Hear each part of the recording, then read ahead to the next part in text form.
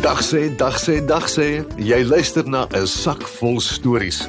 En ons het weer 'n heerlike storie wat die storiesak uit sy nate uit laat bars. As jy ons reeds volg, baie dankie. En as jy nog nie het nie, onthou om in te teken, die like-knoppie te druk of los vir ons 'n kommentaar onderaan. Dit is altyd heerlik om van almal wat saam luister te hoor. Maar nou, hier is vir julle vandag se storie. 'n Heerlike verhaal oor wat mense alles kan regkry as hulle net 'n bietjie verder dink en kragte saamspan. Geniet dit. Klipsop.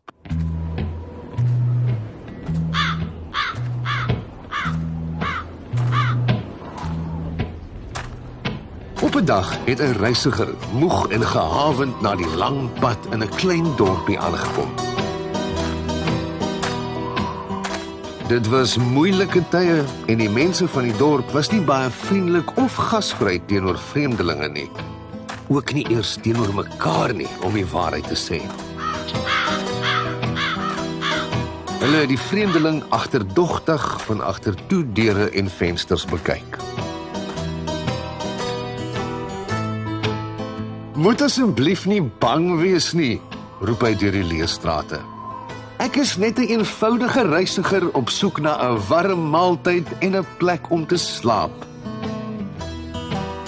Een van die huise se deure kraak op 'n skreefie oop. En 'n ou tannie loer versigtig uit.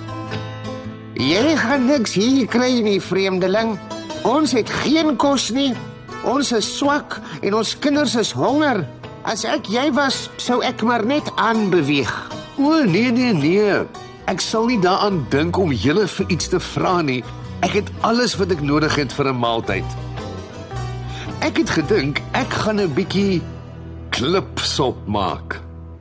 Klipsop? Kom die antwoord. Klipsop, sê die reisiger.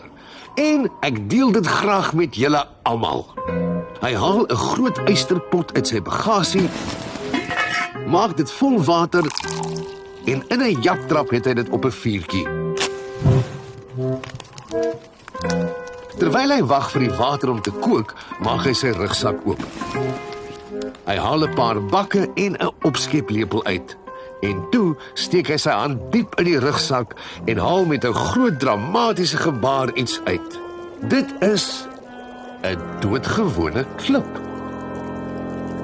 Hy hou dit hoog bo die pot en laat dit met 'n plons in die kokende water val. Daar is dan maar niks lekkerder as 'n heerlike bak vol klipsop nie, sê hy terwyl hy sy lippe aflek. Die hele gedoente het in die tyd die meeste dorpsmense uit hulle huise gelok en die res het nuuskierig deur hulle deure en vensters geloer. Klipsop, brom ou Karel Knippies, die kleremaker. Ek het nog nooit van so iets gehoor nie. Hy is van sy kop af as jy my vra, sê sy vrou. Die vreemdeling hoor hulle en glimlag. Nie meer lank nie, dan kan julle kom proe. En glo my, dis heerlik. Daar's baie weergawe van klipsop. Klipsop met baie water, met min water, growwe gruissop, leiklipsop. Maar dis regtig 'n jammerte, hier is net 'n klein bietjie kool nie. Klipsop met kool is koningskos. Kool, fluister die kleremaker vir sy vrou. Het ons nie 'n bietjie kool nie? Sy vrou begin opgewonde in haar kombuis rondskarrel. En kom uiteindelik met 'n kosbare stukkie kool vorendag. Hulle stap saam na die reisiger en gee dit vir hom. Dis nie baie nie, maar klipsop met kool klink nogal interessant. Wonderlik, roep die vreemdeling. Hy kap die kool op en gooi dit in die pot. Hy roer aanhoudend, proe elke nou en dan lek hy sy lippe tevrede af. Dis so te sê reg. Jy weet, die heel beste klipsop wat ek ooit geëet het 'n stukkie gesoute beesvleis ingehaat. Maar as ons dit nie het nie, is dit nie die einde van die wêreld nie. Kort daarna kraak 'n ander deur oop. Oom Hans Viervingers, die slagter, strompel opgewonde nader, rooi in die gesig en uit asem.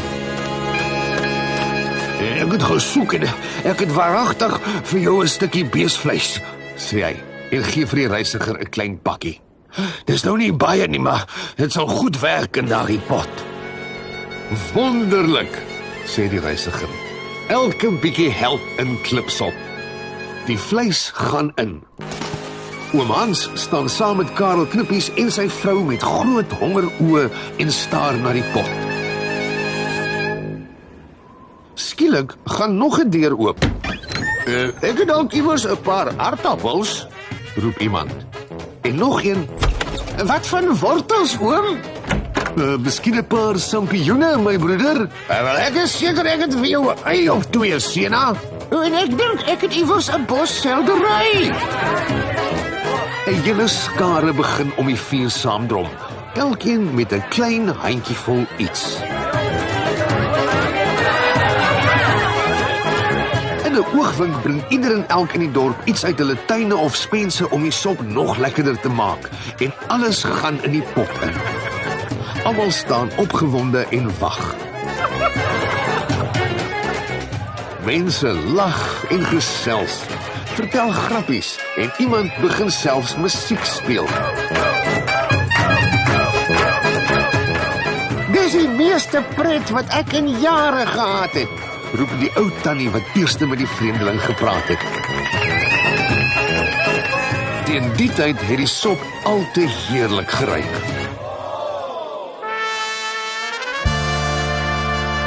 Die reisiger staan nader en neem nog 'n sluk. Almal kyk in stille afwagting.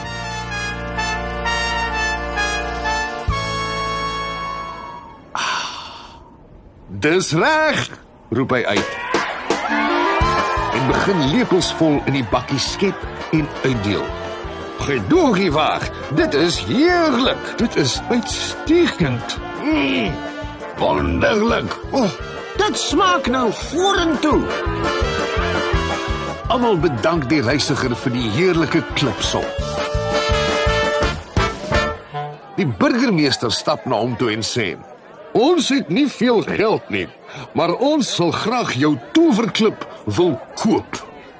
Die reisiger glimlag en antwoord: Dit was nie die klip wat die sop so lekker gemaak het nie. Die dorpenaars snak na hulle asem. Dit was julle, met al die ander bestanddele wat julle so vrygewig geskenk het. Soms, nes met hierdie klipsop, as almal net 'n bietjie bydra en doen wat hulle kan, as almal saamwerk, kan ons wonderwerke verrig. Die dorpenaars bedank die reisiger al te hartlik. En van daardie dag af, selfs in moeilike tye, nee, juis in moeilike tye, was hulle vriendeliker en meer hulpvaardig teenoor mekaar. Wanneer hulle saamgewerk het, was geen taak of uitdaging ooit te groot nie.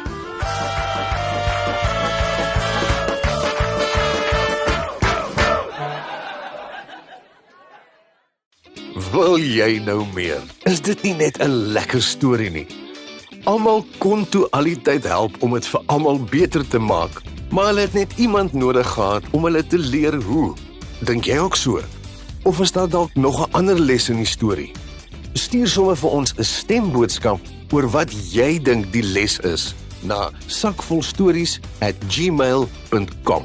En miskien gebruik ons sommer jou boodskap ook. Onthou om vir ons te sê wie jy is, hoe oud jy is en waar jy vandaan kom. Maar nou is dit tyd om die storiesak weer te gaan volmaak, want ons is binnekort terug met sommer 'n hele spul stories. Tot dan, soet wees en lekker luister.